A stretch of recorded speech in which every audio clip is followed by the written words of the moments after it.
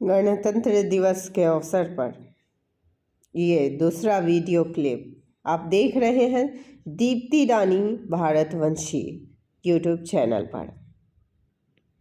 गणतंत्र में जब हम आज़ादी का जश्न मनाते हैं और गणतंत्र स्थापित होने के बाद अपने आज़ाद भारत को हमेशा उत्तरोत्तर विकास की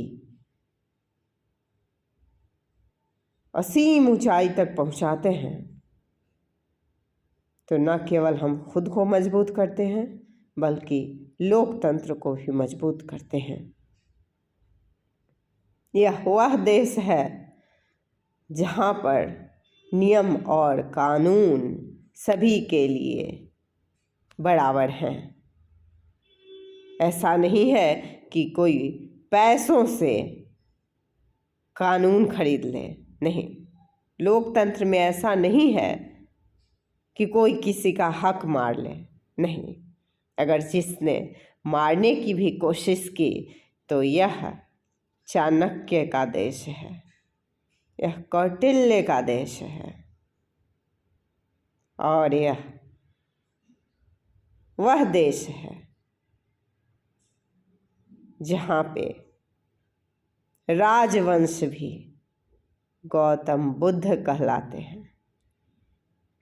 यह वह देश है जहाँ वैशाली का लोकतंत्र की गाथा गाई जाती है। यह वह देश है जहाँ पे पंक्ति के आखिरी व्यक्ति को भी हक होता है कि वह विकास की मुख्य धारा में शामिल हो सके। यह वह देश है जहाँ भूखे नहीं मरते लोग। यह वह देश है जहाँ किसी का हक नहीं मारा जाता। यह वह देश है जहाँ पर शिक्षकों का सम्मान होता है। यह वह देश है जहाँ पर, जी हाँ, राष्ट्र कवि दिनकर जैसे लोग भी संविधान सभा तक पहुंचकर प्रधानमंत्री जवाहरलाल नेहरू को भी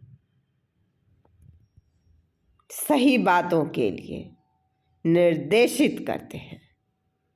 यह वह देश है जहाँ पर आज़ाद भारत में भी हमेशा सभी लोगों को अपनी बातों को रखने के लिए जगह दी जाती है। यह वह देश है जहाँ पर बड़े बड़े देश हाथ खड़े कर लेते हैं, लेकिन फिर भी हमारा देश दूसरों की रक्षा में खड़ा होता है। यह वह देश है जहाँ पे अमन और चैन हमेशा कायम रहा है। यह वह देश है जहाँ पे कोई मतलब परस्त नहीं हो सकता। यह वह देश है जहाँ पर नारियों को प्रतिनिधित्व का मौका दिया जाता है।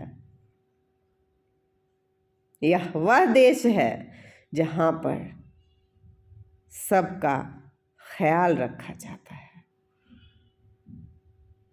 यह वह देश है जहाँ पर युवा आज के समय में सबसे ज़्यादा है। यह वह देश है जहाँ कर्मठ लोगों की भीड़ है।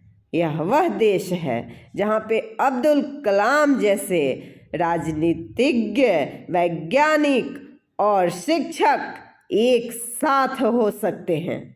यह वह देश है जहाँ पर लूट के लिए कोई जगह नहीं है, क्योंकि यह एक शिक्षित देश है। यह वह देश है जहाँ की 15 महिलाएं संविधान सभा के निर्माण में रही हैं। यह वह देश है जहाँ पर गणतंत्र है और यहाँ पर वंशवाद की बेल पनप ही नहीं सकती, क्योंकि अगर काबिलियत नहीं होगी तो ऐसी बेलें खुद ब खुद सूख जाती हैं। गणतंत्र की शक्ति हमेशा से रही है और हमेशा रहेगी। अलग होकर भी कुछ लोगों ने देख लिया खेलकूद साहित्य पर्यटन की दुनिया में कितना विकास कर सकते हैं।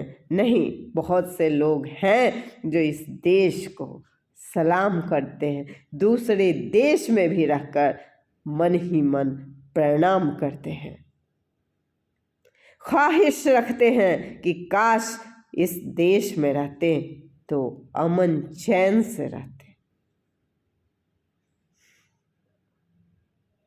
और यह वह देश है जहाँ मुसीबतों में प्रवासियों का भी साथ दिया जाता है। यह वह देश है जहाँ पर हमेशा सबको लेकर चला जाता है। यह वह देश है जो जागृत देश है, क्योंकि गणतंत्र की लौ जहाँ लगा दी गई है वहाँ पर कोई गुलामी कभी भी किसी को जकड़ नहीं सकती। आत्मनिर्भर था, है और आगे भी रहेगा। और हाँ, गणतंत्र में हमेशा सतर्क रहना है, तभी सुरक्षित रह सकते हैं। क्योंकि